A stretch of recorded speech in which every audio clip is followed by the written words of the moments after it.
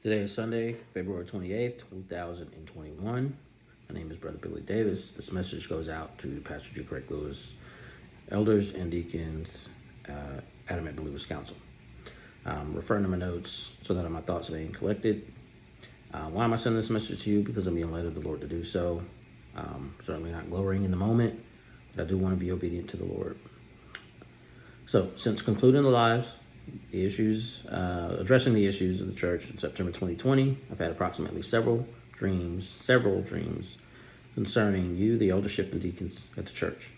All the dreams had a common theme, but one more profound than the others, which I had last week, which provoked me reaching out to you. In this dream, you're preaching. The eldership and deacons are present.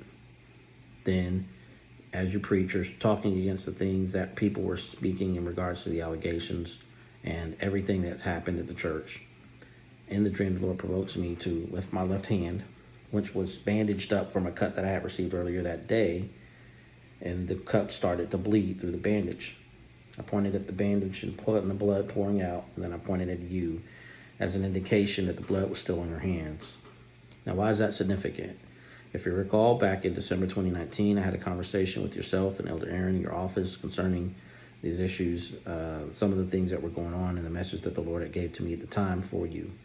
That was Isaiah 1, chapter 1, verse 15, that reads, "And when you spread forth your hands, I will hide my eyes from you.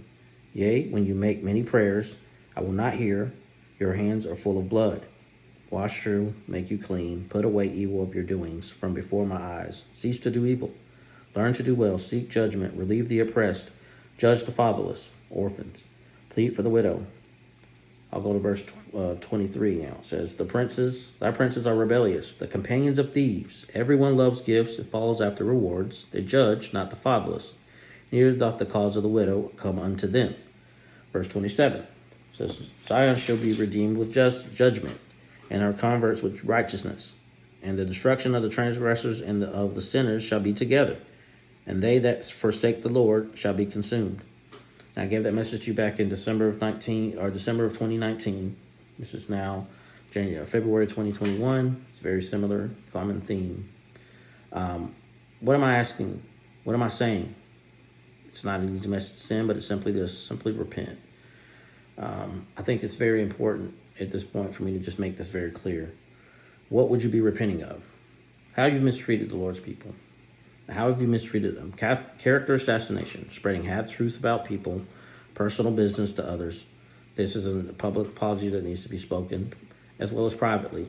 Lying on God's people, telling them that you left due to telling people the reason that people left was because of their wives. That's a lie. Why you even cancel part 13? Because of, I guess, the spirit of the thing, or you weren't ready. That was a lie. I think you need to be honest and truthful about that. Taking personal responsibility for your behavior, blaming others for your behavior, blaming others for things that happened under your watch. I think that's not right. You need to repent simply. Call them on the phone. These would be examples of how you would do that. Call them. Apologize to them. If it's publicly needed to apologize, which I believe it is, publicly apologize. People in ministry looking out, trying to find out what's going on, apologize. Just be honest. Privately apologize for mistreatment of God's people. I think those are things that are necessary. As far as the elders and the deacons are concerned, you've sat by, received these testimonies against you, Craige Lewis, for the past however long it's been, mistreatment of God's people, and haven't done a thing. You haven't corrected him, Craige. I think if you're an elder in the faith, I think it's important to at least have the people know that you're at least protecting them. And that certainly was not done, at least while my time was there. And I don't know if you've done that, but I think that this is seriously should be considered, and you should repent for that behavior as well. Quite frankly, I think the behavior was complacent and lukewarm. I'm just going to refer to Matthew 5:23 because I think that's a very easy and very profound way to understand what I'm saying. Verse 23 reads, Therefore, if thou bring thy gift to the altar, and there remembereth that thy brother hath aught against thee, leave there thy gift before the altar, and go thy way. First be reconciled to thy brother, and then come and offer thy gift. It's very simple, very plain. But you're going to say, okay, well, I'm a pastor. Why do I need to do that? Why does it matter? I don't see in the verse where it says, if you're a pastor, don't resolve your issue. Same with elders and deacons. Okay, they no longer attend the church. They're not our problem anymore. Well, don't see where it says that in verse 23. I think you need to very much consider what that's saying. I think you need to also consider this. Whatever you're telling the congregation, whatever you're telling your supporters, I'm not to be disrespectful, I'm not listening to the messages anymore, so I don't know what you're saying. But whatever you're telling them, you need to do right by them. You need to simply plain do right by them. This is dragged on far too long. You're dealing with this, you're talking about whatever you're talking about, but you need to address the issues. You really do. I think that's very important. It's very clear, especially from what the Lord is showing me for you to do. Let me do this because I think you're very much elders in the faith. I'm not disrespecting or attempting to disrespect you in any way in this, but if you are an elder in the faith, you certainly should heed this warning. Now, when I was there, I didn't talk as if I was spiritually high-minded or went about things as if I was some high-minded or a lofty thought person or a prophet or anything like that. I just came in there and I did my job. That's exactly what I did. And I'm not attempting to be that way, but I am sending a message, and I believe this is what the Lord wants from me. Now, why did I leave? Why specifically this? Prideful, unrepentant behavior. I think the heart displayed that. Untruths that were being spoken and how things were being handled and by you as well as the leadership. I think there was lack of accountability. They weren't being handled appropriately, and that's why me and my family left. I'm not sure if that's how others feel about the situation, but that's simply the reason I left. I know I'm not the only person speaking to you about these things. Can't be. The Lord is certainly gracious in dealing with this situation clearly. So I know I'm not the only person that's been speaking to you about this stuff. So I will certainly heed the warnings.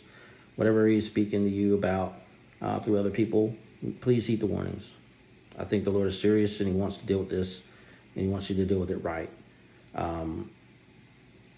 Need to make it right with these people, the ones that you've hurt, mistreated, abandoned, lied on, spoken lies against. You need to make that right. If you don't know who they are, I encourage you to look at the testimonies. Just see who they are and then make it right. I think it's fair to do that. You're still accountable. Bottom line, church. Still accountable to Craige, still accountable elders, deacons, you're still accountable. I certainly don't want the blood on my hands, which is why I'm delivering this message to you. I think this is certainly another warning before judgment. So please heed the warning. Take this seriously. A copy of this will be sent to Elder Aaron as well as Deacon Julian.